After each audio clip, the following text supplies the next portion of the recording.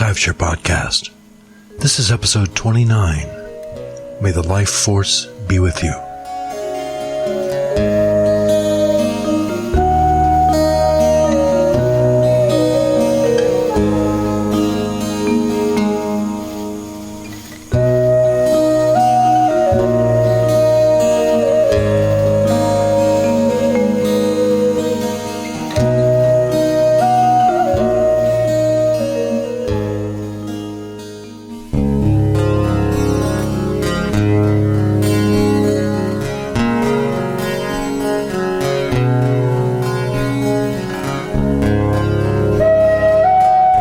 This week's Celtic god is Brun. Brun means raven. He is said to have been so tall that he had to live in a tent because no house had ever been built that had ceilings high enough to accommodate him. He is said to possess the gifts of eloquence and of strategy. He was the High Protector of the British Isles. His severed head was said to have kept talking until it was buried.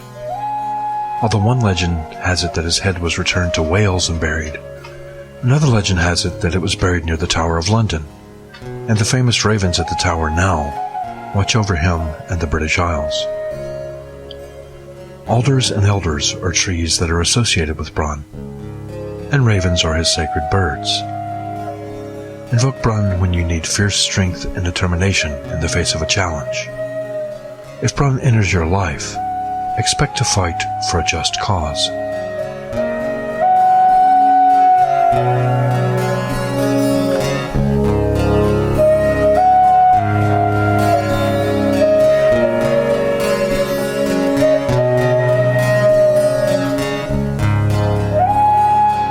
Last week we looked at the birth of Lugh as told in Lady Gregory's The Coming of Lugh.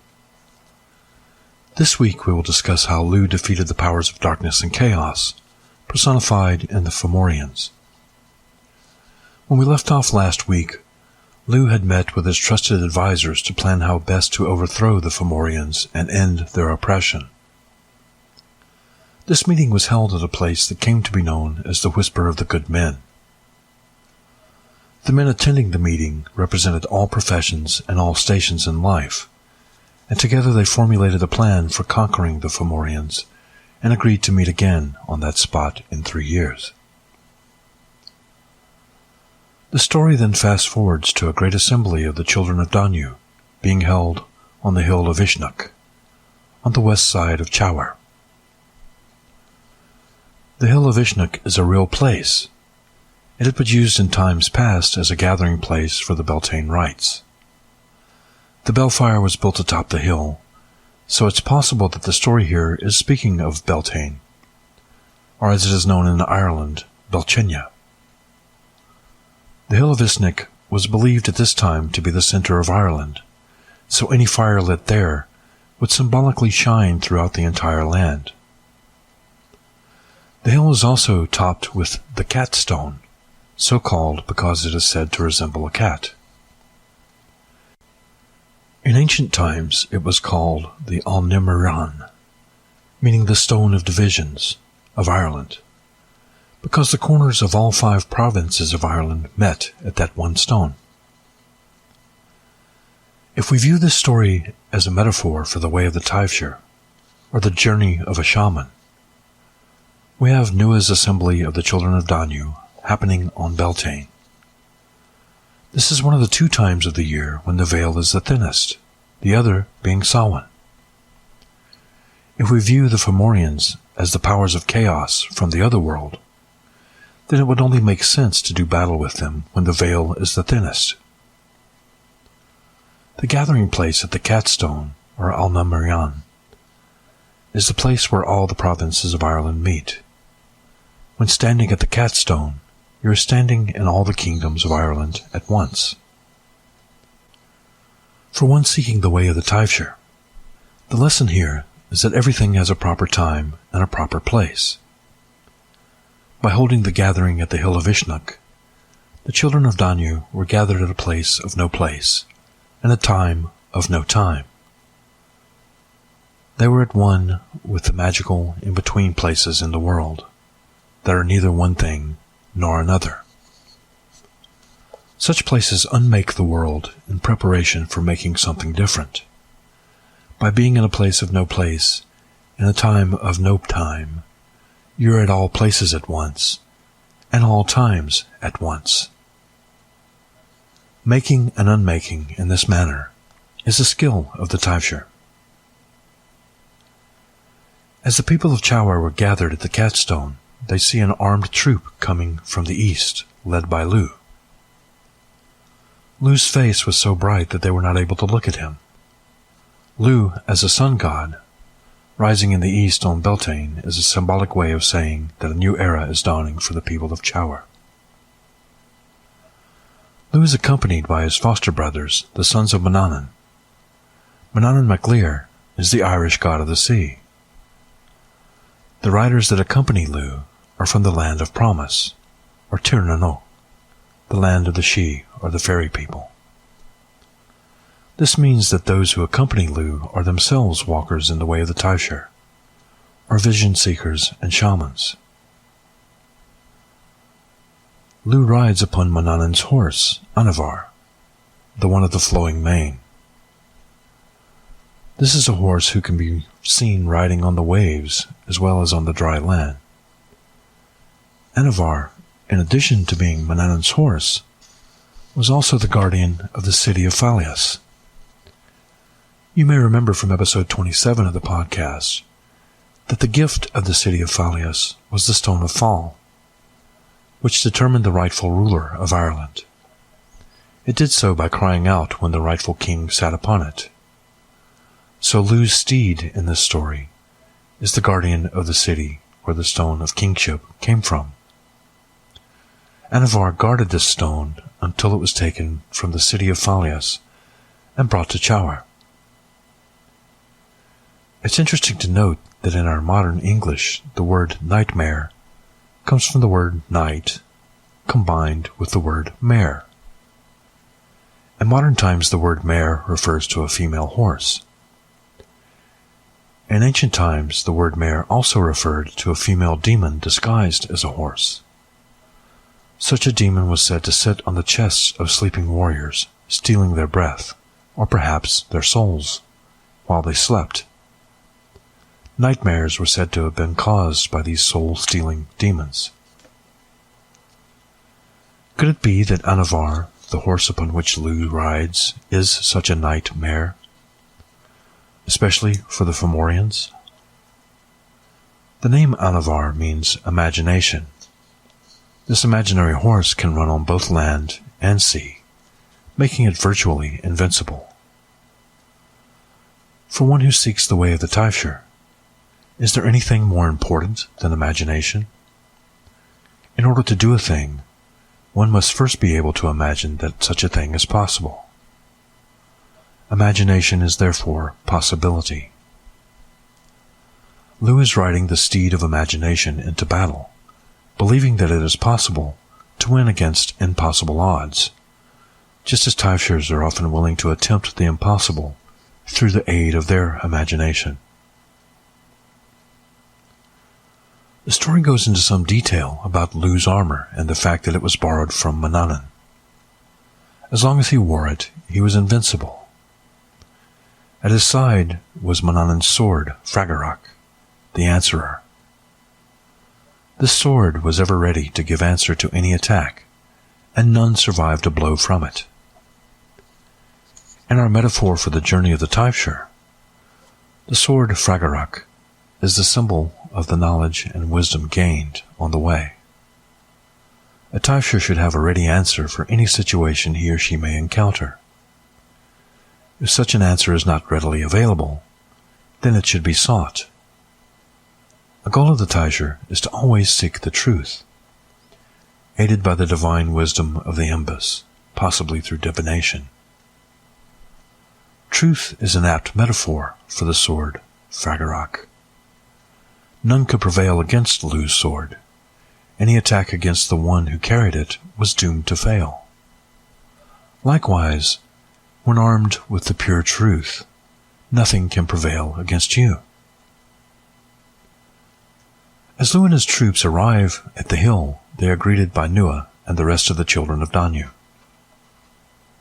Shortly afterwards, the Fomorians arrive seeking their tribute. The description of this army of Fomorians fits their role as archetypes of chaos. They're slovenly and surly. But as they approach King Nwyfre and his court, the king rises before them as a sign of respect. Upon seeing this gesture, Lugh asks, "Why do you rise up before that surly, slovenly troop when you did not rise up before us?" Nwyfre replies, "It's needful for us to do it.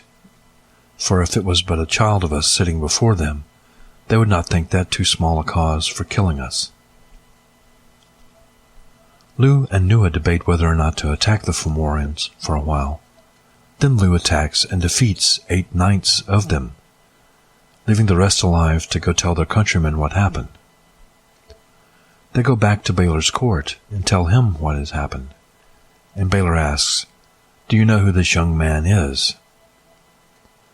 Baelor's wife Caitlin tells him, "He's the son of your daughter and mine, and it was foretold," she said, "that from the time he would come into Ireland we would never have the power there again, forever." This portion of the story, as a metaphor for the way of the Taibhsear, involves how we face our fears and defeat them. We all have darker chaotic impulses. Fear, anger, hatred, and other dark emotions are just as much a part of us as the love and the light. But the way to defeat these emotions is not to bow down before them. Just as Nwyfre seeks to pay tribute to the Fomorians by giving in to their demands, many people try to appease their darker impulses by denying that they exist in the first place. But when we try to pretend that we are not angry or afraid, we give anger and fear power over us, just as Nwyfre gave power to the Fomorians. But just as Lugh rises up to defeat the Fomorians, we can rise up to conquer our own fears. The first step is to acknowledge that they exist in the first place. Note what happens when Lugh defeats all but 9 of the Fomorians. They go back to Baelor of the Evil Eye and tell him of their defeat at the hands of Lugh. When Baelor asks who this young man is, his wife answers that he is Baelor's own grandson. She further states that from the time he would come to Ireland, the Fomorians would never again have power there. If we see the Fomorians as the embodiment of chaos and of darkness, a part of those forces would be the darker emotions of the shadow side. When Lugh, the bringer of light, attacks and defeats the Fomorians, they never have power again. For a Taibhsear, this means that once you learn to conquer your fears and darker impulses by acknowledging them and then mastering them, they will never again have power over you. When Baelor learns that his grandson has come to Ireland, in his panic he calls a meeting of all of his counselors to determine how to address this threat. It just so happens that at the time, Bresh and his father Elan were at Baelor's court asking for his help. What's left out of this story is the sort of help Bresh is seeking. You may remember that Nwyfre lost his hand at the first battle of Maeg Tuath. Since a king of the Tuatha Dé Danann had to be free of blemish in order to serve as king, this meant that Nwyfre had to give up the throne. Bresh served in his stead for 7 years, until Nwyfre was able to regain the throne by having his hand healed by his Druid physician, Dian Ciat. During the 7 years of Bresh's reign, he treated the children of Danu as slaves, making Nwyfre's brother Agma carry firewood, and making the Dada dig moats around forts. The children of Danu were greatly relieved that Nwyfre regained his throne after 7 years of abuse by Bresh. Bresh's father was a Fomorian, and Bresh had come to the court of Baelor to request his assistance in overthrowing Nwyfre and regaining the throne of Chaur.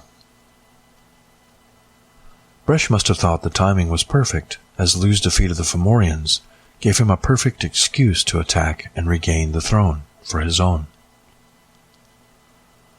All human beings have periods where they let their dark sides rule for a time. This period usually follows after some sort of injury. The injury doesn't have to be a physical one. In fact, emotional injuries can sometimes be more painful and long-lasting, and can lead to lapses of judgment that allow our own forces of darkness and chaos to rule for a time. But just as the children of Danu soon grew tired of the oppression they suffered under the rule of Bresh, our friends, family, and loved ones might tire of dealing with our negative moods. When that happens, it's time to heal ourselves and dethrone our inner tyrant. But as the story reminds us, our darker natures are always there under the surface, waiting for another opportunity to seize power. Our chaotic shadow side is like a wolf at the door. As long as we remember that the wolf is there, we're prepared. But the day we forget that the wolf lies there in waiting is the day that he is free to jump on us and attack us.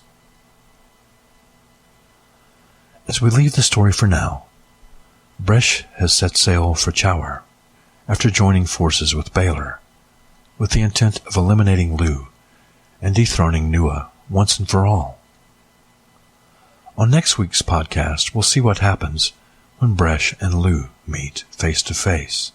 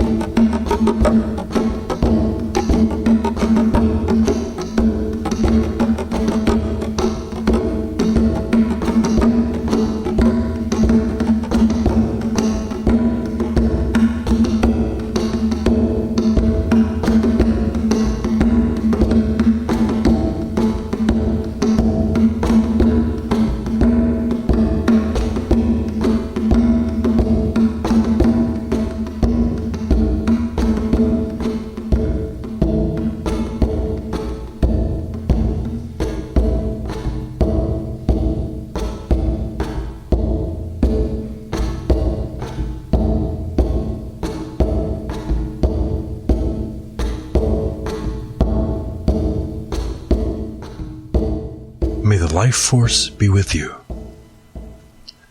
The word Neart is a Scots Gaelic word, Neart in Irish Gaelic, and Nwyfre in Middle Welsh. It means life energy or vigor. I prefer personally to use the word Nwyfre just because I think it sounds better than Neart. Iolo Morganach popularized the use of the Welsh version of the word Nwyfre as a magical word. He probably misunderstood the etymology of the word, which originally had no mystical connotation. But Nwyfre has taken on a life of its own, no pun intended, among contemporary Druid circles of Welsh origin, as has its counterpart Neart in Scottish Druid circles and Neart in Irish Druid circles. The way modern Druids use the word, it now means life force or life energy. Some claim that this concept is the inspiration for the Force in the Star Wars saga. The historical mythologist Joseph Campbell was an advisor on Star Wars, so there may be a grain of truth to this claim. To a Taibhsear, everything is alive, including rocks, trees, plants, animals, and even the earth herself. How can these things be alive? Everything has the potential to generate energy, and the sum total of the energy in the universe is the life force itself. This is the concept that Morganach was trying to get across when he chose the word Nwyfre. Fans of Yoda will recognize a familiar theme. You might ask, how can rocks be alive? The answer is that they contain potential life force rather than actuated life force. Rocks become dirt. Plants feed on dirt, converting this material into life energy. Then animals eat the plants, and humans eat both plants and animals. Think of it this way. If you take a vitamin pill with mineral supplements, those minerals came from rocks. At what point in the digestive process does that mineral cease to be inanimate and become alive by being a part of you? Likewise, as plants feed on dirt and take that material into themselves, at what point does the dirt become plant and therefore alive? One of the deeper mysteries of the way of the Taibhsear is that we're all interconnected. A quote attributed to Chief Seattle of the Suquamish tribe says that we are all a part of the web of life, and what we do to others, including our four-legged brothers and sisters, we do to ourselves as well. This is sometimes expressed in Wicca as the threefold law, or the rule of threes. What you do comes back to you threefold. This is also evident in the law of karma. When a Taibhsear talks of magic, she is referring to the use of the life force of the Nwyfre to achieve a desired end. One of the shades of meaning of the word Nwyfre is the idea of weaving. When we walk in the way of the Taibhsear, or the way of the Druid, we are energy weavers. So Taibhsears are the ones who weave the life force to evoke changes within themselves. These inner changes lead to a higher consciousness and a deeper connection to nature and to others. There's a massive iron and nickel core at the center of the Earth. This core rapidly rotates, generating electromagnetic energy. The center of the Earth is a giant magnet. This magnet acts on the Earth itself. That's why we have a North Pole and a South Pole. The magnetic field generated by the Earth's core is the reason life itself is possible on Earth. Without the protection of the Earth's magnetic field, we would all die from cosmic radiation poisoning. Science is only now beginning to understand the complex interplays of this energy in this magnetic field and how it generates life on and beneath the surface of the Earth. but there's evidence that our ancient ancestors understood and used these energies to their own benefit. These energies are called telluric energies, from the Latin tellus, meaning earth. The British amateur archaeologist Alfred Watkins created the concept of ley lines in 1921. He noticed that many of the sacred sites of the British Isles seemed to line up with each other. He called these straight lines ley lines because so many of the lines pass through places with variations of the word ley in their name: Wembley, Groveley, Abbottsley, etc., etc. He therefore concluded that these places were named according to these ley lines. Watkins theorized that ley lines were where the telluric energies of the earth were particularly strong. Sacred sites were built along these lines to take advantage of these energies. In ancient mythologies from many cultures around the world, snakes and dragons represent these telluric energies.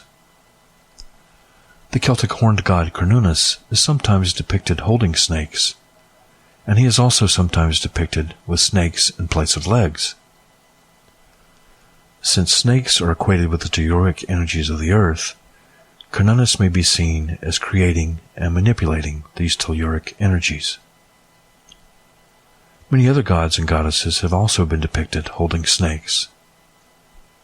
By handling snakes, the gods are weaving the energies of the earth to create and to destroy.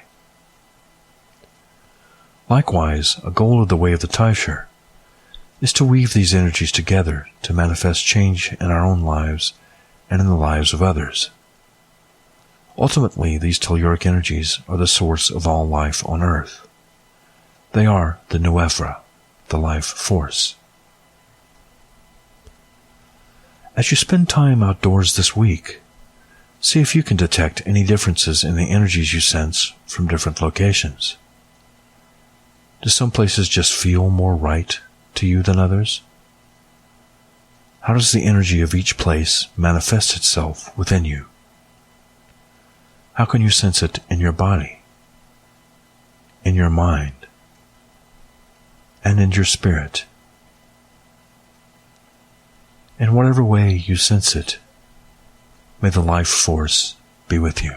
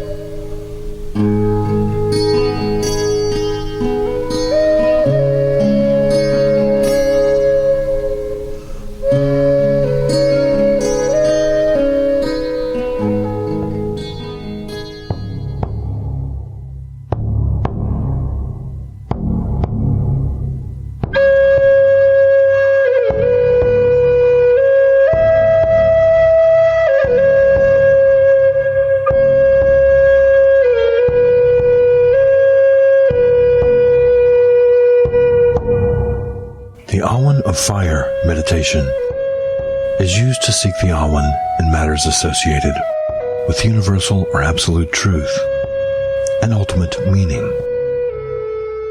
It is helpful when you seek direction and purpose in your own life. The direction of the fire is the south. It may help when performing this meditation to face south if possible. The season associated with the Awen of Fire is the summer. As you begin this meditation, visualize the noonday sun on the first day of summer, or midsummer's day. On this day, between the light and dark halves of the year, the forces of chaos and order are in perfect balance. It's the best time to do work concerning transformation and change. The power of the Awen of Fire is the power of transformation and change. As you do this meditation, picture yourself in a thick, lush forest. All around you are the flora and the fauna, which are changing with the growing power of the season. Smell the aroma of the flowers of the forest on the breeze.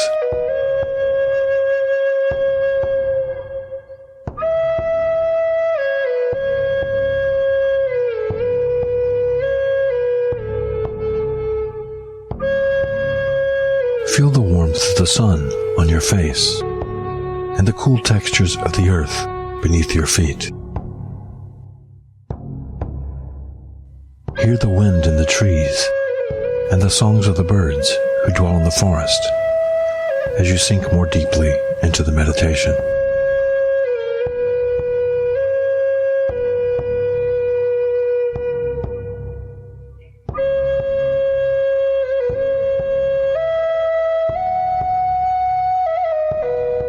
The Awen of the Fire is the Awen of art, creativity, and clarity in the light of wisdom.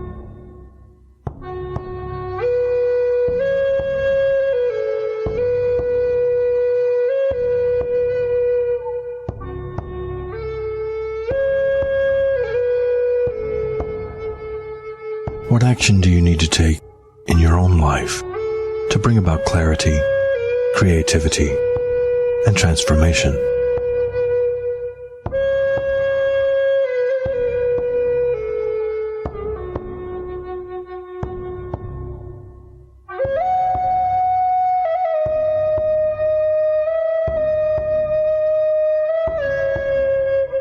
The Awen of the Fire is the Awen of universal truth and objective meaning.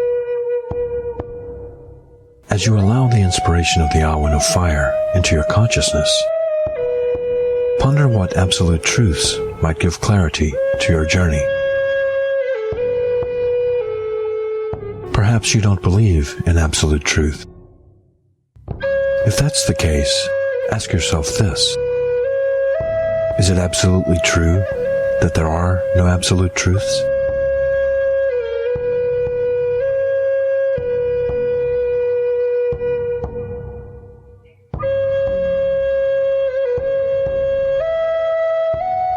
The awen of the fire is the awen of the artisan.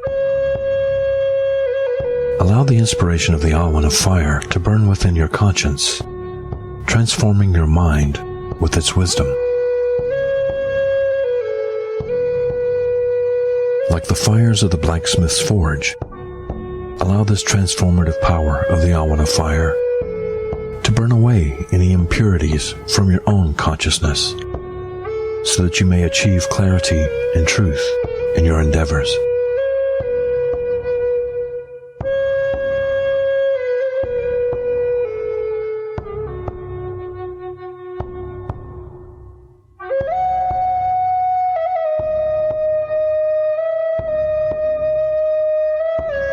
As you allow the metamorphosis of the awen of fire to work its magic on your soul and your spirit,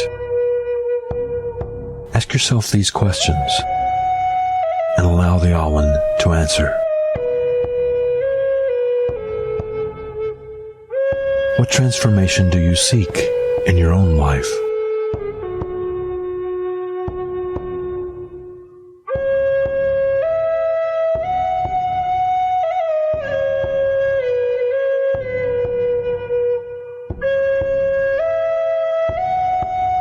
How can the awen of fire lead you to the truths that will allow this change to take place?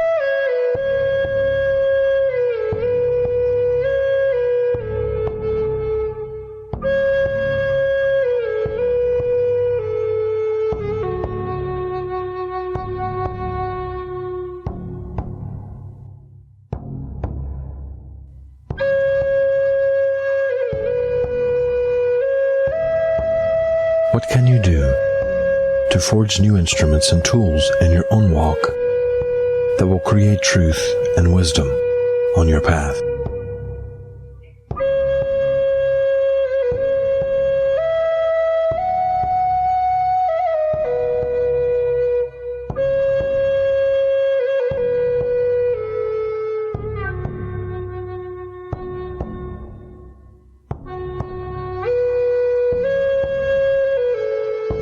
The artisan knows the ways of all things and uses them to create her art.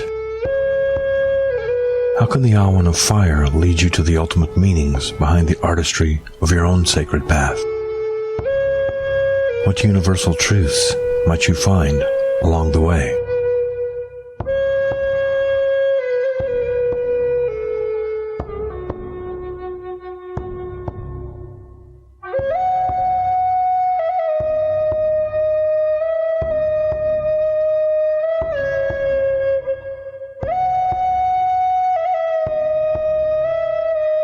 Lu of the Long Hand rules the awen of fire. Lu is called Samoldanak, meaning equally skilled in all the arts. He is a true Renaissance man in that he knows the ways of all arts.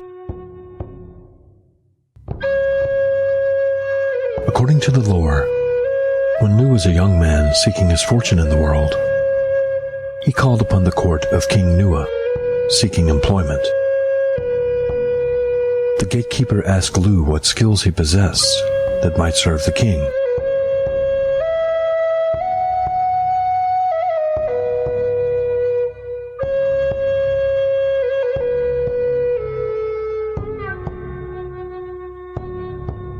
Lu named off his skills one by one, and each time the gatekeeper answered that King Nwyfre already had someone serving in that capacity.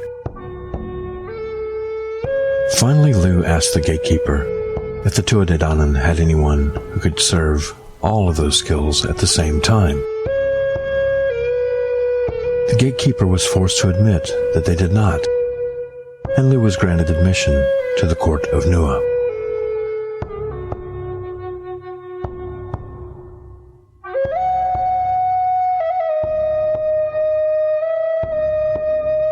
Lu thus joined the court and was appointed Olaf Érenn, a title that means the most great or the most skilled of Ireland.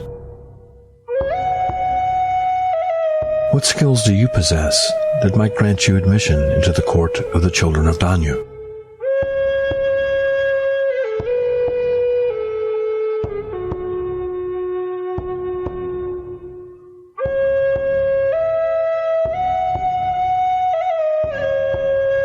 How might the Awen of Fire lead you to develop these skills in perfect truth and perfect wisdom?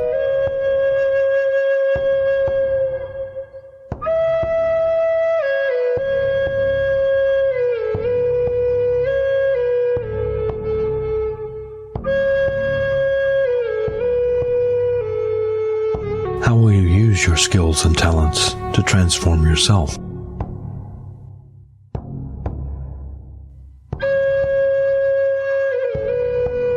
To transform others?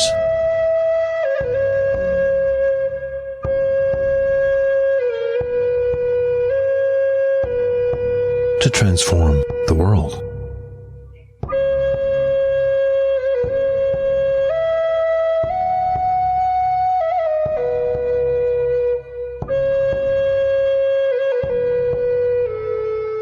Daniel's gift from the Awen of the Fire is the Spear of Lu.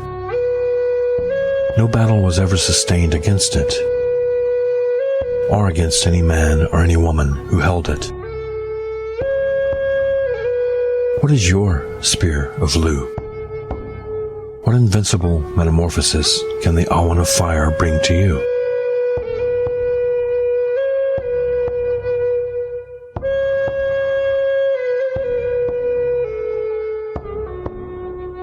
What talents and skills do you possess that the Awen of Fire can forge into steel?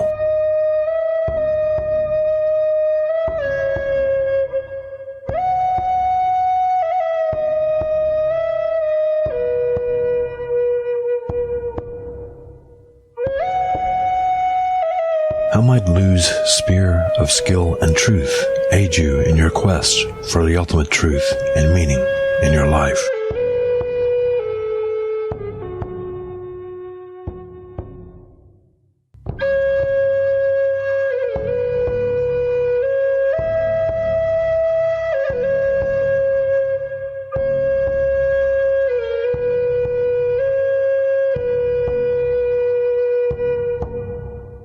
As this meditation draws to a close, give thanks to Lu for the spear of invincibility he has bestowed upon you.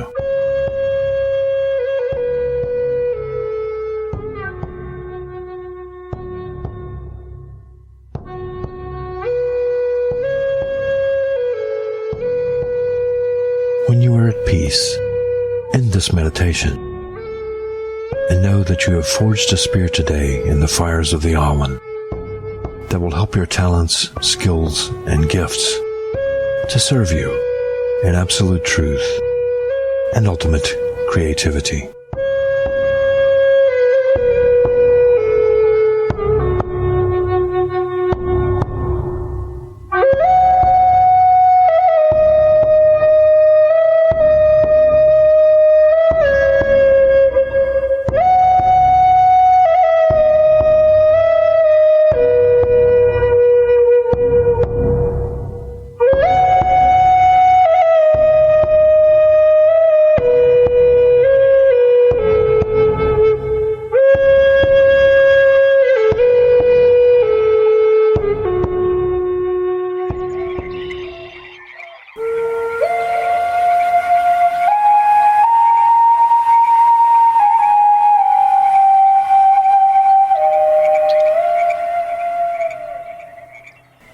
The Green Corner, Sustainable Transportation.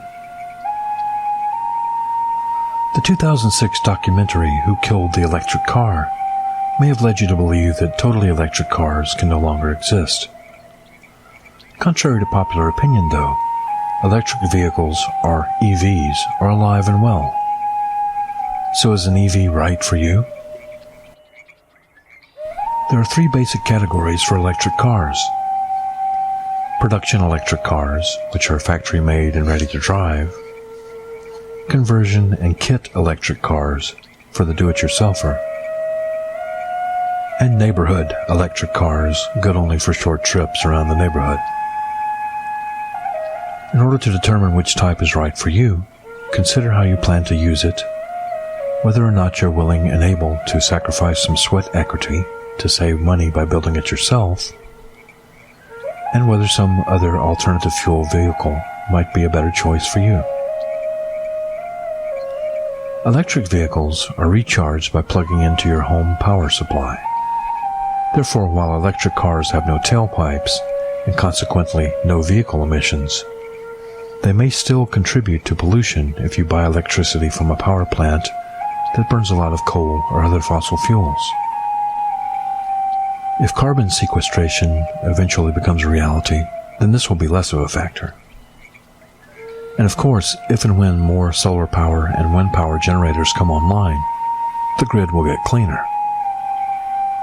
If you have your own solar panels or wind generator, you can be assured that your EV is truly running on clean energy. Just 10 solar panels provide roughly enough electricity to power 12,000 miles of electric vehicle driving each year. Such a charging station could provide a full battery charge for most compact electric vehicles in 4 to 8 hours, assuming the weather cooperates. Compared with a gasoline-powered vehicle that gets around 20 miles per gallon, solar electric panels charging an electric car will pay for themselves in around 2 to 4 years. If you spread that cost over 20 years, this would be the equivalent of paying about 30 cents per gallon for a gasoline-powered vehicle. In the average EV, you can travel about 25 miles on 5 kilowatt hours of electric power. Based on today's average utility prices, that works out to approximately 1.5 cents per mile. If a gasoline-powered car can get 20 miles per gallon at $3 per gallon for gas, that works out to about 15 cents per mile. That means that electric cars cost about 1/10 as much as a gasoline-powered car to operate. How about the range on EVs? The average commercially produced EV has a range of about 50 to 100 miles before needing to be recharged. The majority of Americans drive less than 50 miles per day. For those of us who don't drive that much, an electric car may be a clean, affordable alternative. If you drive more than 100 miles per day, you may want to consider a hybrid or other alternative fuel vehicle rather than an EV. What about all those batteries? Are they a problem? Well, not really. The batteries used in most EVs are totally recyclable. In fact, some municipalities have mandatory recycling laws for batteries from EVs. Even before being recycled, these batteries from EVs can be used as secondary storage for home solar or wind-powered stations before they're totally exhausted. Even if your state doesn't require the recycling of EV batteries, you can easily find a company that will recycle them on a volunteer basis. There are, however, some drawbacks to consider with EVs as well. Comfortable production EVs that can be used on the highway are fairly expensive and beyond the means of many. Currently, such production cars are in the $35,000 price range, and some even go higher. There are smaller vehicles that are not as pricey, but right now they tend to be glorified golf carts not suitable for highway use, or any place else requiring speeds in excess of 35 to 40 miles an hour. Another factor is the limited range. Even the production EVs are limited in range to between 50 and 100 miles before needing a charge. If EVs gain in popularity in the marketplace, the price is likely to go down. But barring any unforeseen improvements in the technology, the limiting range is likely to be around for a while. These factors need to be considered carefully before you purchase an EV. You can learn more about EVs at evworld.com.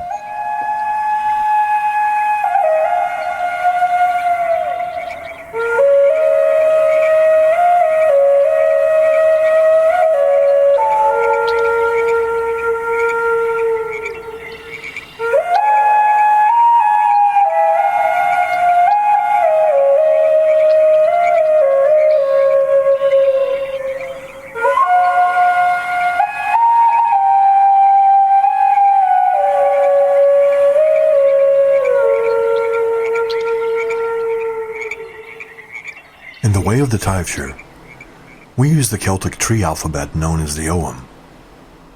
In this section of the podcast, we will present one character of the Ogham each week, offering information on the meaning of each letter of the OM alphabet, trees associated with each letter, the healing and magical properties of each tree, gods and goddesses associated with each tree and letter, and the divinatory meanings of each letter of the OM. Since we will be discussing medicinal uses of the plants in this segment of the podcast, please remember that herbal medicine requires caution and practice. None of the medicinal uses discussed on the Way of the Taibhsear podcast should be attempted by a novice.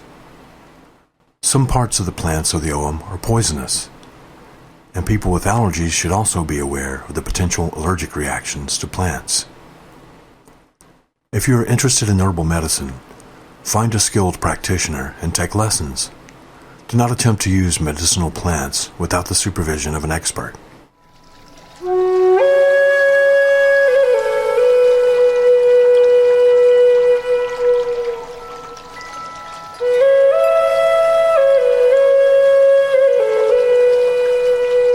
The letter X of the OM alphabet is represented by Moor. Its divinatory meaning is destiny, surprise, and unpreparedness. And the plant associated with Moor is the witch hazel. Healing properties of the witch hazel. Witch hazel is a powerful astringent available in most drugstores. Make a tea of equal parts of powdered bark and leaves of the witch hazel and gargle with it to relieve a sore throat. Drink 2 cups of this tea to cure diarrhea. It may also be used as a douche for healing vaginitis. A tea made of the leaves of the witch hazel may also be used for treating menstrual discomfort and cramps. An infusion may be applied topically to skin irritations and rashes. This infusion may also be used as a topical treatment for hemorrhoids and sunburn. Magical uses of the witch hazel. Unlike most other plants, witch hazel blooms in the autumn, right around Samhain. Its distinct yellow and red blossoms make it easy to spot in the forest. Witch hazel is a popular plant for water witching, or dowsing for water. Its pliable branches are used to point to underground water sources when looking for viable sites for wells. Charms made of witch hazel mend broken hearts and diminish attention from unwanted suitors. Witch hazel sprigs and blooms put in a vase by the bed promote chastity. The blooms also offer protection in matters of love. Give your partner a charm of witch hazel to promote fidelity. Witch hazel branches may be used to cure warts, scars, or blemishes by taking a hazel stick, cutting 3 notches into it in the shape of the awen, then applying some blood from the afflicted body part. Now cast the stick into a source of running water. This works best if performed on the waning moon. To protect your home and those within from illness, make a loop of witch hazel stem and bind it with red thread. Then hang the loop over the main entrance to your home. Gods and goddesses associated with the witch hazel are Angus MacOg and Bronwyn. This concludes all the letters of the OM alphabet. Starting next week on the podcast, in this segment, we'll be introducing healing herbs and plants.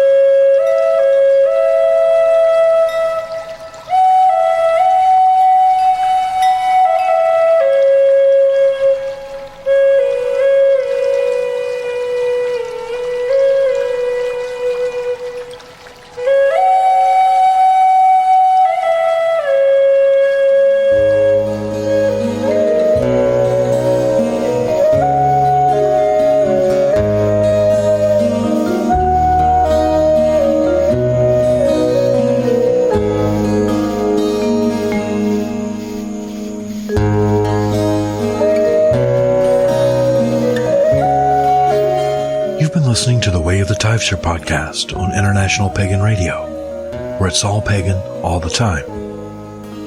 This has been episode 29. May the life force be with you. The Awan of Fire meditation featured on this episode is from the album Druid Meditations on the Awan, available at Amazon and iTunes and at International Pagan Radio's website at internationalpaganradio.com. The Way of the Taibhsear is the official podcast of the Order of the Taibhsear. You can learn more about us at taibhsear.com. The Way of the Taibhsear is a podcast about Druidry and paganism as practiced by the Order of the Taibhsear. Paganism is a wide and diverse community, and we don't claim to speak for all pagans. You can get in touch with us at the podcast at podcast@taibhsear.com. That's podcast at taibhsear.com. The Way of the Taibhsear is sponsored by Elder Grove Seminary, offering the best in pagan education with online bachelor's, master's, and doctoral degrees in ministry and divinity. Learn more about Elder Grove Seminary at eldergrove.org. Until next time, blessings of the ancestors.